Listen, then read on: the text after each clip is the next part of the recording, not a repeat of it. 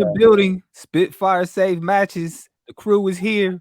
I'm D Poised, Kid Yep. Justice, Fizz Ed, and Keith. And we are the Yes, men sir. that are unmatched. And you already know we got somebody that represents Heat. He represents Heat so well. It's in his name, baby. Sir Flame. What's good, boy? What's happening? What's happening?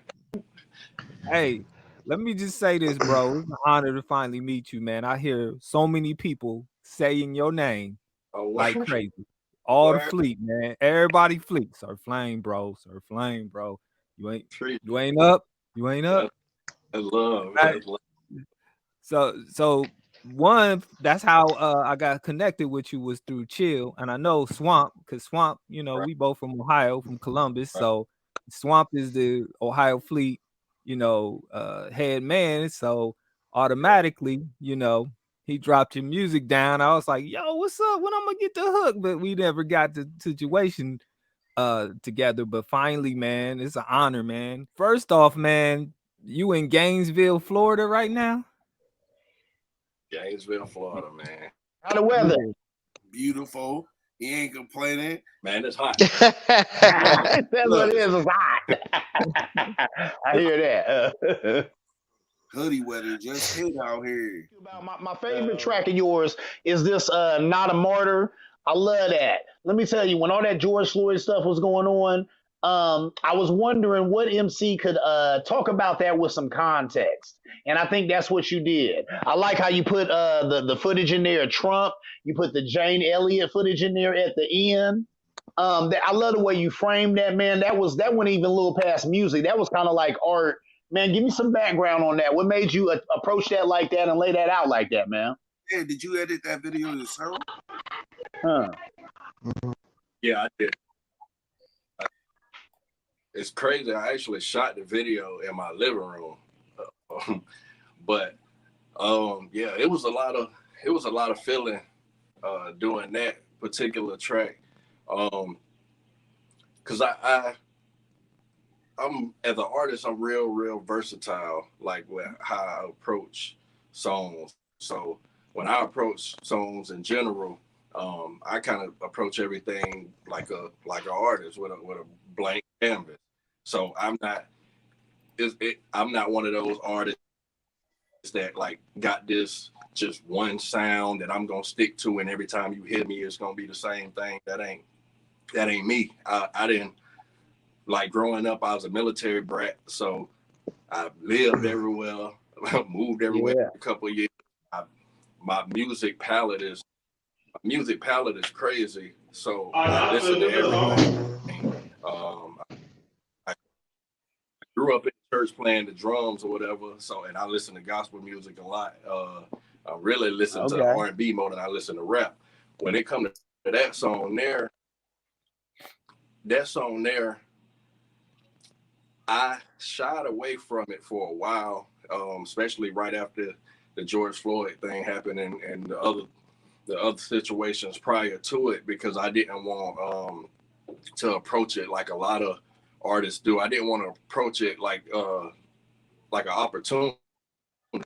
I didn't want to use that as like an opportunity to just try to create more content. And I seen some artists doing that. Some artists were genuine with it, but others was just kind of taking an opportunity.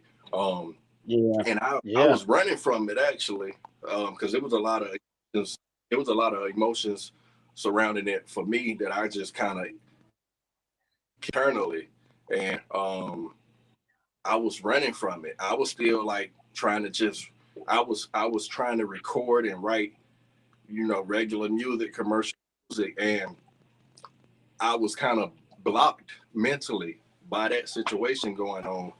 I couldn't even think like creatively. I couldn't even in the boxes and in the directions that I wanted to go in, because that was just so heavy. It was heavy. So I Yeah. finally was like, I'm not gonna do this. I'm not a conscious artist by any means necessary. But I do have songs where I speak to things that's going on in real life. Um, and I was finally like, I told myself, I was like, man, let me just do this one time and just lay it all out there, and maybe I feel better. And I produced the track I produced most of my tracks myself. So I produced it as well. And when I was producing it, the vocal, the female vocal that you kind of hear in it, it was just kind of pulling. That was another thing. It was just it was like an emotional track without any words to it. And I really just sat down and the words just kind of flew. When I sat down and I opened the notes app on my phone, the words just kind of flew. Like I just sat there and I just wrote all of that in one sitting. It was really a thing of where I had so much emotions, I didn't even have to think about what my next line was gonna be. It was just flying out. And it was like in the song, if you notice halfway in, it's like take a turn from kind of being understanding of it to basically getting fiery about it. And that was really the emotion. Just like on one hand, I'm not somebody who only sees it from one side. So on one hand, it's like some situations I feel like although they're wrong and we're being treated wrong, we kind of know the cards are stacked against us going into certain situations. So it's like certain situations I feel like as a black man, sometimes you just gotta tuck that pride and tuck your tail if you're trying to make it home to your kids. I got kids, bro. family and a wife, so I'm bro. trying to make it home. Yes, sir. Like I said that in the show. Like, don't put me on no t-shirt, bro. Let me go home, bro. Hey, y'all speeding, yes, sir. So I felt I'm not trying to be nobody's hashtag and all of that where they saying my name for a few weeks, few months, and then their life go on. And I did that right. A pride thing. It's like you get pulled over by the cops as bad as it is sometimes. Check that pride. That the car it's a lose-lose situation every time. So that going into it. Speaking of versatility, bro, Joy is that track too. Yeah, that was that track there was it was just so pandemic came around in Florida they been wide open. I ain't really been wide open because I'm still scared as hell of it. So I was up in the house. But while I'm up in the house, I'm on social media and I'm seeing their clubs is they had a club like it's nothing. So I'm like, okay, if y'all gonna be out there anyway, let me try to give y'all something that y'all can at least vibe to while y'all out there. And the part about it was I was just sitting on the couch one night and I think a little ad for that Fresh Prince reunion came on. And I remember the little scene, I think on like the Valley episode where they was doing the jump on it dance or whatever. But I couldn't even really was doing something so I could see what was on the TV.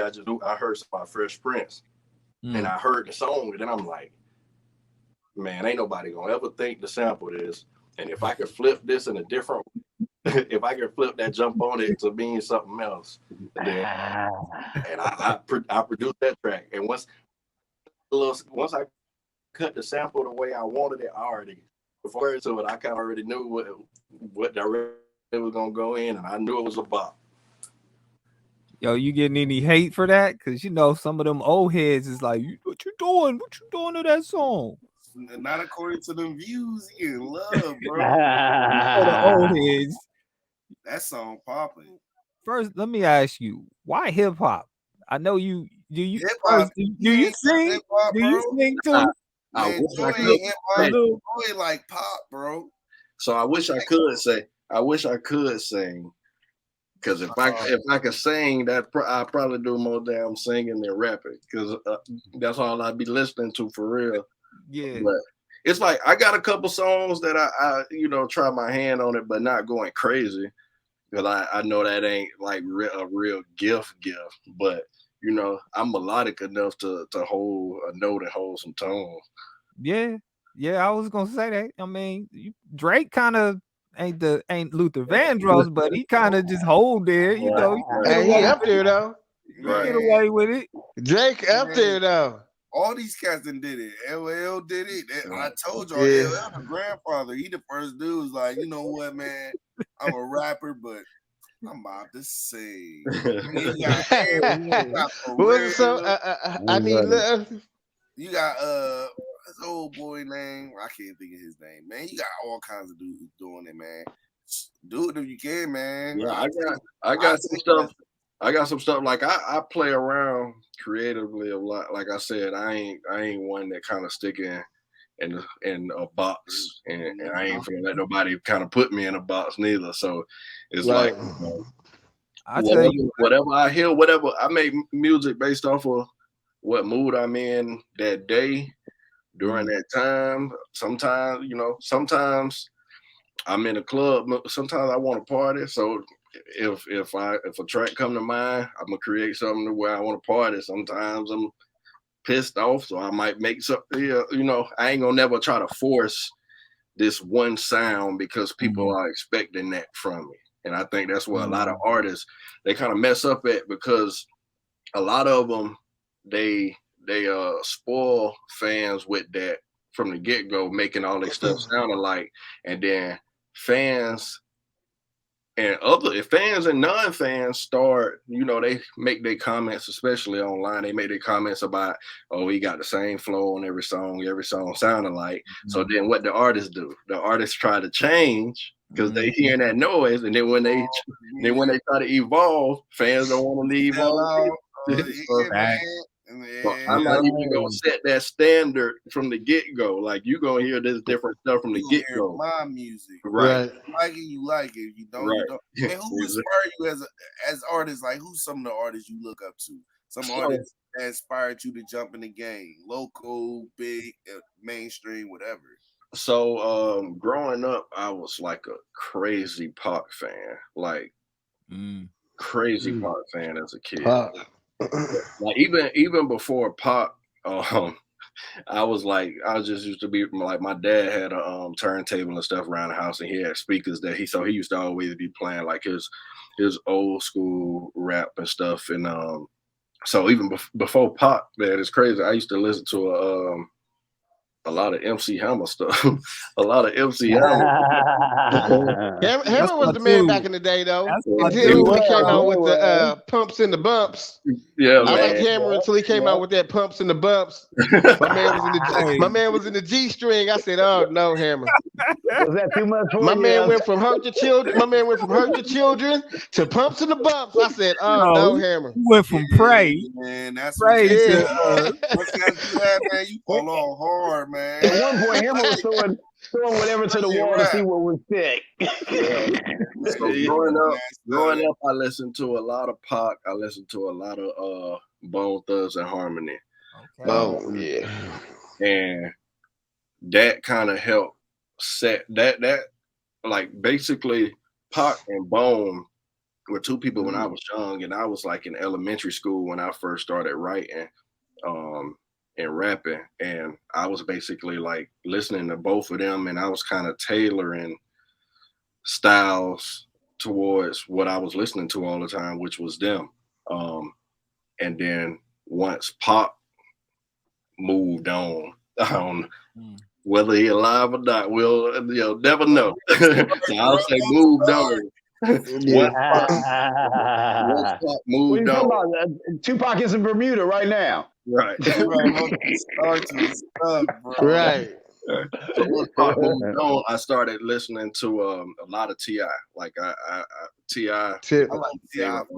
too. T.I. was at one time, I was like, T.I. dropping some music, man. Yeah, I was still with T.I. I was big, and I'm still big on T.I. But T.I. was like, he kind of took that place. He stood in that gap that Pac left. So everything T.I. I was listening to all the time. But like I said, I was moving here and there, so I was always listening to different types of music. But I think the when I really kind of found myself when it came So before, when I was listening to T.I. and listening to Tupac and all that, when I'm writing as a kid, especially, I'm doing a lot of fabrication, a lot of, you know, what I'm thinking people want to hear and all of that. It wasn't until I kind of got older, I think in high school, and the first time I heard like J. Cole and Wale, that Wale Ambition album is really the album that kind of changed my whole outlook on music. Because before then, I felt like I was having to like fake it till I make it and kind of perpetrate different things just to kind of look good for because of rap, because that's what rap kind of is.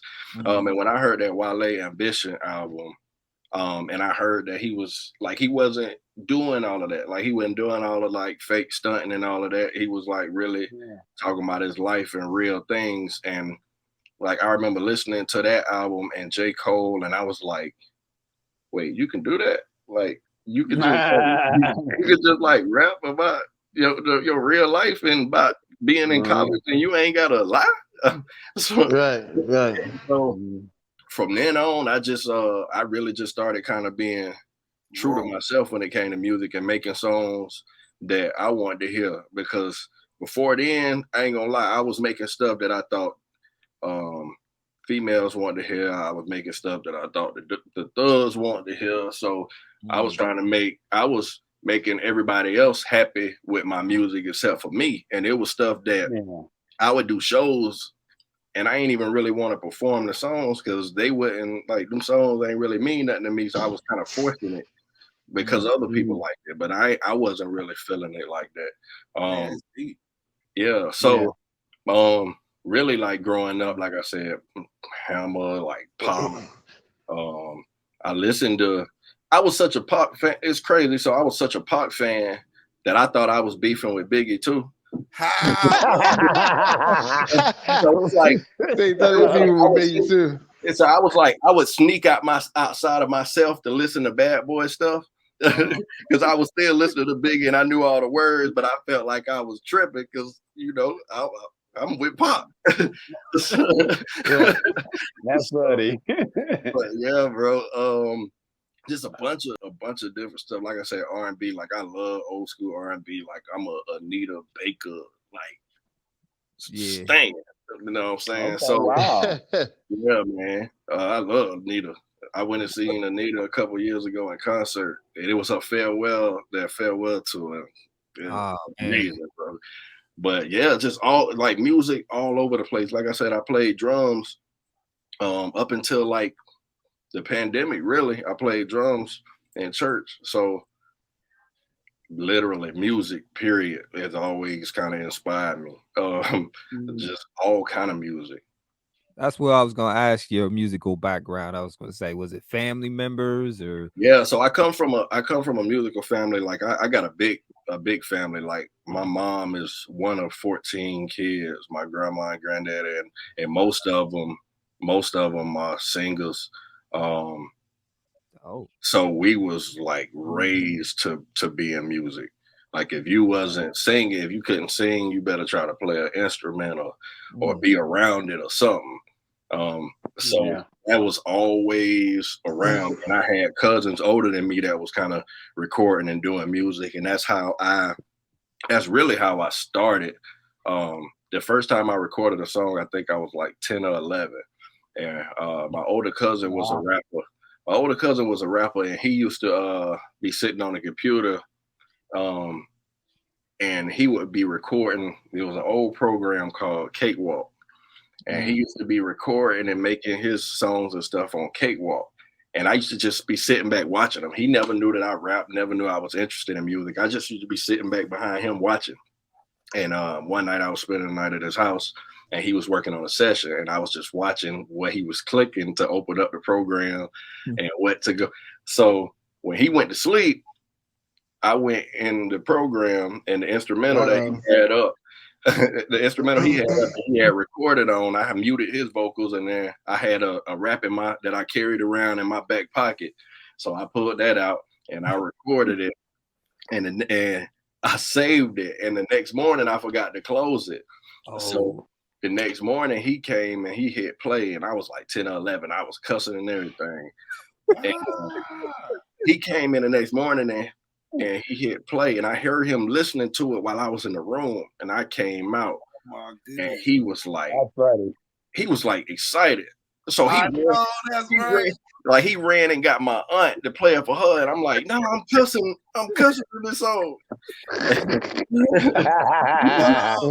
that ain't the hey people, if y'all people don't support you like people supporting him that day. Yeah. And you heard that, he's like, oh, this some fire. Hold on.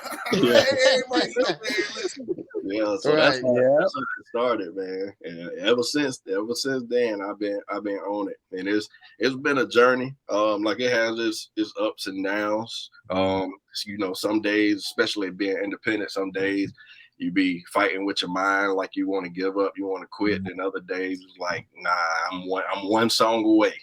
It's like you always one song away, man. You are, man. You on your way, bro. You definitely on your way. Yes, sir. You ever gotten ripped off by somebody on the hit and talking about, yo, man, come over, man. Man, I didn't got 20, 30 CDs for. But somebody steal one of your tracks. Or yeah, man, that always happened in music. It's had to happen. That always happened. The thing about this game, especially now, it seems like it's even worse now with social media. Like now, people like really know how bad a lot of, like when you're an artist and you really showing how bad you want it, it's a lot of people that'll take advantage of your dream and how bad you want that dream and how bad you want to achieve it. And you got some people that they prey on, it's like they almost sit on the internet and they prey on people like that. They see somebody chasing their dream. So I get all kind of inboxes of promises and come mess with me and I can do this for your career and all that. I didn't had so much of that over the years that I've learned to kind of filter through it. Some bull, this bull. So D-Boy. So what the thing about Swamp, man, so when I put that JOI song out, I just kind of put it out like I put a lot of my other stuff out. Like I'd be trying different things marketing wise and promo wise, and that I just want to try something different. So I hit up chick in Tampa that goes by the name Mystic, and she works with Bigger Rankin. And she does like promo services and stuff. And I saw that she did like e-blast and stuff. I'm like, okay, she tied to Bigger, so maybe those e-blasts actually go somewhere. But then she also had a service where she could upload your song to that Vertigo. Yeah.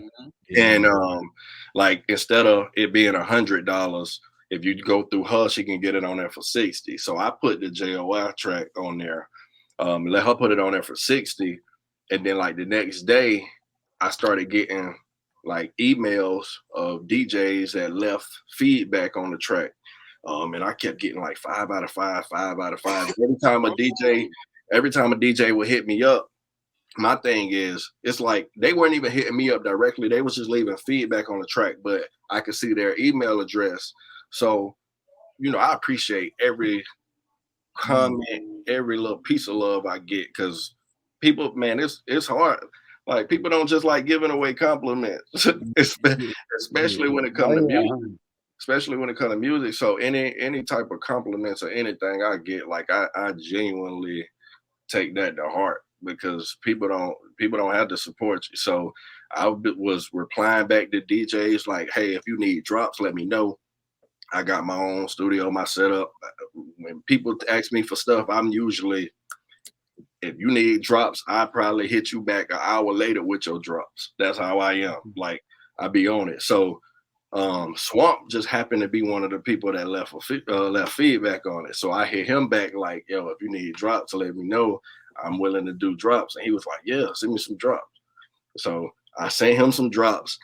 Ever since that day, me and him started talking like on a daily basis, like just back and forth, building. To now, like we got some stuff that's coming now. that we build it. Yeah, we got some stuff that I just talked to Swamp probably 30 minutes before this call. He was headed okay. to the state game. And yeah, man, we building some stuff. We got some stuff coming. Matter of fact, I got a new song called Pineapple Patron that's dropping on Monday. It's dropping on Monday. We really just started kind of pushing now because it's the weekend. So we started dropping little promo stuff, promo graphics and stuff this weekend because it's the weekend, and you know, it's time. It's the perfect time to be sipping on Patron, but but yeah, man, we got Swamp. Swamp was a real one, and I met him just on a whim through that feedback, and we've been building ever since. And he introduced me to Chill from there. Yeah. He introduced me to some other Fleet DJs, and he Swamp been really 100. Any connections that he got, he's kind of pushed my way, led me their way, and he ain't want nothing he didn't want nothing in return. That's what makes me, you know, want to rock with him and lock in with him even more. Yeah. If I got famous today, you quitting your job, you my DJ. I mean, you come across, like I say, in this game, you come across a lot of people who, you know, prey on you and they promise you could do this or that. He ain't promised me nothing. It was just him talking and building all the time, and he just liking my music. He'll just be like, he'll tell another DJ, hey, you need to listen to his songs or whatever. And that we just kept vibing. So when the Fleet conference came in Jacksonville, I was like, with him being all the way in Ohio, and Young Nisa as well, with them being all the way in Ohio, I'm like, ain't no way I can't drive an hour and a half to Jacksonville, talk to them all the time and FaceTime, and we do meetings and they set up interviews and stuff for me. Ain't no way I can't drive an hour and a half out there to show them love face to face. And even they had Fleet like showing me love from the get-go. So ain't no way that I couldn't go support. You know what I'm saying? So yeah, man, Fleet, I appreciate Fleet for real. For sure, man. I got, like you said, I got connected through Chill. So Chill got connected through Swamp. Yeah. And I'm sure I'm gonna connect with some others. They're gonna be like, yo, and I will definitely say, yo, you need to check Sir Flame out. Where did the name Sir Flame come from, bro? First of all, that's a question I wanted to know too. It gotta be a story. Yeah, so the flame is from the fire. The music is hot fire. It's hot fire. So it really, the flame part came from I got this thing like when I'm writing, especially, so like I said, because I'm so versatile when it comes to music, or I try to be at least, like it was a point to where I wasn't like on no TRL stuff, but I was like, I battled like coming up, especially in high school. If I'm in the lunchroom and I say I rap and you say you rap too, well, you finna have to show me that you can rap for real. So I used to battle, and that just brought me into another influence I had growing up, Cassidy. I used to watch the hell out of Cassidy.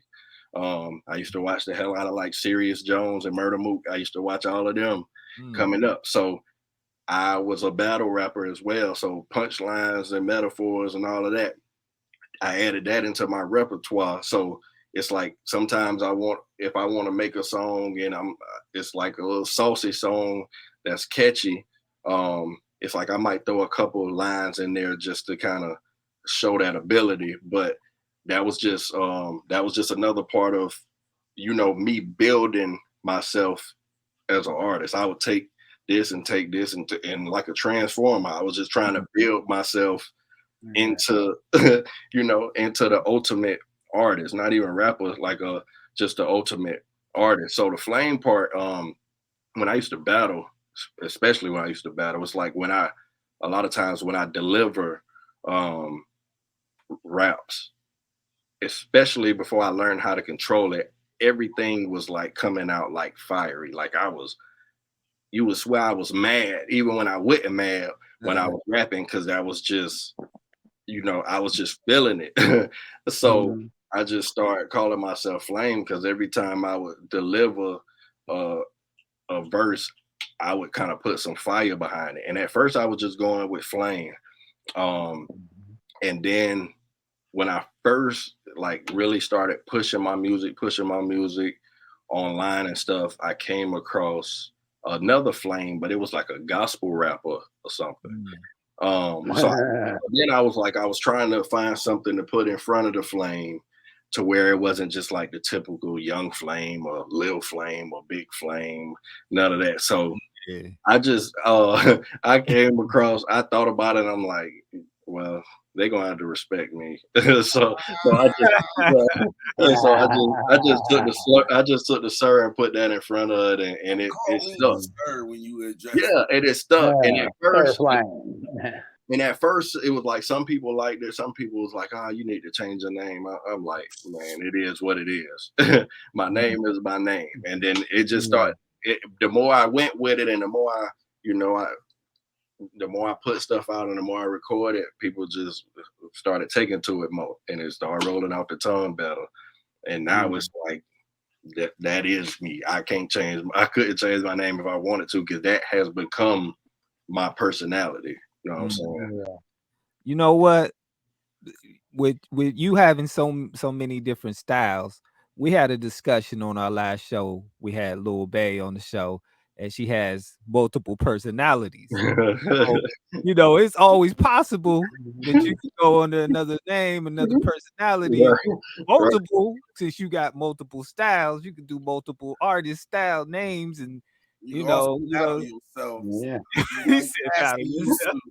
Yeah, man. Because like you asked about the singing, it's like I got one song that I got just kind of on tuck, and it's called Hot Boy, and the hook I'm actually singing the hook, but when I put it out, until people know that it's actually me, they ain't gonna know that it's me, because it don't sound like it would be me. Is that the one you did the video for? Is that the one I saw? There's one track that I was like, who's that singing the track? I think that might be. Is that the one you got? I might have put a little preview to it. Sometimes I'll be doing that, but yeah, I caught something where somebody was singing that. I was like, I wonder if that's him. That's why I asked. Oh no. That was probably One Night in Town. That's probably my homie Johnny. He's from Jersey. Oh, okay. Yeah, but yeah, man. I like I said, I play in and out with different stuff in music, and it ain't even like I don't like listen to an artist and say, oh, I'm gonna try that, or I'm gonna take this flow, and nah, it's just like I don't even really listen to other artists really to get inspired to make my stuff. It's really just, it's literally when I sit down, like I said, most time I produce my own tracks. Lately I've started kind of allowing people in, because people have been contacting me, like offering to produce and stuff, because they hear my other songs and they just feel like we could collab and make something special. And really the only reason I started back, because I used to produce, I started back producing myself basically was because I got like, it gets expensive buying like beats.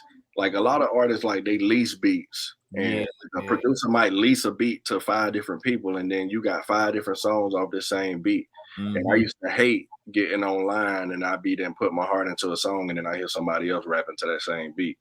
So I just started back, especially since I knew how to produce anyway. I just got back on it and say, okay, I'll stop being lazy. But I like it better that way anyway, because it's like when somebody else is producing for me, it's like I gotta try to catch that vibe that they send in my way. I gotta hear and I gotta feel it. That I gotta go through their beats and I gotta find one that I feel and then catch that vibe. And instead, when I'm sitting down at the canvas and it's blank and I'm creating myself, I'm creating the vibe right then. So by the time I get to the lyrics, writing the song, I already know what vibe I'm in. I'm already knowing what direction I'm headed in because I've created this whole vibe that I'm in. I created this whole space by me sitting here and creating this beat. Them beats is nice, man. Do you see yourself be more of an artist or a producer, or man, you just trying to find a balance between the two? I still find myself as being more than an artist, more of an artist. The crazy thing is, I was going to say it may sound crazy, but it really doesn't, to me anyway. So people used to ask me about writing for other people.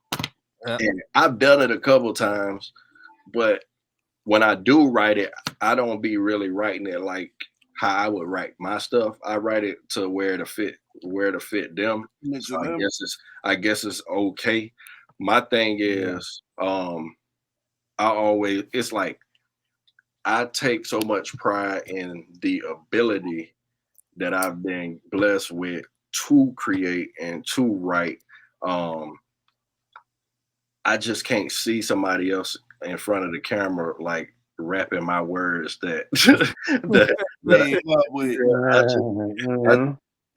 hard. It's just hard. Now maybe if I was famous and I was where I wanted to be, or at least like really, I was really doing what I wanted to do as an artist, then maybe it'll be easy to say, oh, here go a throwaway verse for so and so and so and so. The fact that I'm still chasing it actively and I want it so bad, it's hard for me to write for somebody else and just give it to them. Like it gotta be the ticket on it would have to be crazy for me to be comfortable enough to give it away and not feel no kind of way about giving it. You just give them one of your old rhyme books, bro. Yeah, a couple verses, man. You out there, bro. Yeah. What's next, man? The next single on Monday, or so the next single on Monday. Man, so that's the decision now, because I used to do like I had started doing like EPs and stuff, and I do like a 6 or 7 song EP, and some like I started feeling like I was kind of wasting songs, like because I was trying to build a buzz and build a real fan base, and it was like I felt like the attention span a lot of times wasn't the attention span wasn't big enough for me to like put out a project and people actually sit down and listen to it while I'm still trying to gain their fandom, basically. So I'm at the same time of being an artist and being a creator, I like to sit back and I really study this. Like I've been doing this so long, like I really sit back and study. So I study marketing, especially more so now. I study ways to market. I study like what's kind of the best methods to drop music. And even that's a question that I was asking myself. So I started researching it. Like, what's better? Is it better to just keep dropping singles and hope something catch, or is it better to do a project? And these days, it seems like the amount of how often people will be wanting new music. It's like it might be better to just kind of chase to drop singles and just to kind of keep their attention. Every time the attention I think the attention falling off, then I music don't release it all. Right. A little something like okay, right. You like that. See like that's what I do. Like I got so many songs like just in the tuck that I've just been creating. Like Pac, like you gotta vote like Pac, huh? Yeah, man, I got a vault. I got a vault that's crazy of all, and I feel like a lot of them that's in the vault, they don't need to be there. I feel like they each one of them could be big songs in their own right. Like I feel like it's a few like real monster songs in there. Like And it's always I got this bad habit of feeling like, okay, this one here gonna get them, but at the right time. And then I go and create something else afterwards, and I'm like, oh, this even better than that. This gonna really kill them at the right time. So it's like, so they just stacking up in the vault, all waiting for the right time. It really ain't never no right time, but it's like, it's like, so I'm trying to get better at kind of just knowing when to drop. But working with Swamp and working with Nisa and kind of Meet the Plug, we basically it's getting to a point to where I ain't gonna be able to hold them because we setting expectations for myself and ourselves to kind of release music more often. So I told them like top of the year, I'm gonna drop Pineapple Patron on Monday, and then I'm gonna kind of probably cruise to the end of the year. And then I told them at the top of the year, I'll probably be dropping something every month, if not more often, because I got so many and my creativity ain't stopping. I create on a daily basis, a weekly basis. So I'm literally just stacking up songs. So I can't wait to hear that Pineapple Patron. That Pineapple Patron is great. The Pineapple Patron, the Pineapple Patron is crazy.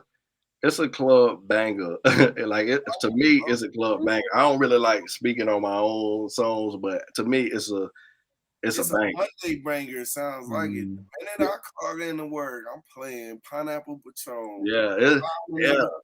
Like I'll be hitting one of these. Like here we go. Monday. Yeah, man. It's definitely. I think that's gonna be a big track too, because I had so I kind of with Pineapple Patron, I had kind of put it out on an EP like a couple years ago, and I think it kind of just it kind of went more unnoticed than I wanted it to, and then Swamp actually came across it, and he was like, he hit me, he was like, yo, what are you doing with this? And I was like, he was like, you need to put this back out as a single. And I'm like, a word? And then he was like, yeah. And then other people that he was playing, that he let listen to it, they was like, yeah, you need to. So then I was like, okay, let me go back and I'm going to go back in and I'm going to re-record this so it's fresh as new. I'm going to remaster it so that it's fresh and new. And then we going to drop it and see. And it's even like now it's even like it to me it was crazy when I first recorded and put it out, but now when I listen to it, you like, ooh, now it's like a little bit of fire there, huh? Hey, tell them where they can find it, man. Yeah, so Pineapple Patrol on Monday, midnight Monday, it's gonna be available on all digital streaming platforms.